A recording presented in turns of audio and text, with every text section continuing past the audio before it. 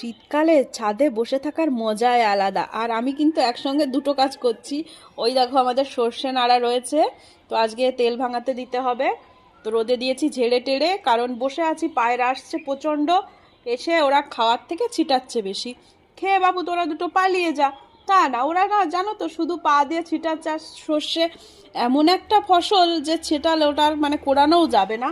তো বসে আছে, আর রোদে বসে থাকতে ভালোও লাগছে। এরপরে গিয়ে স্নান করব।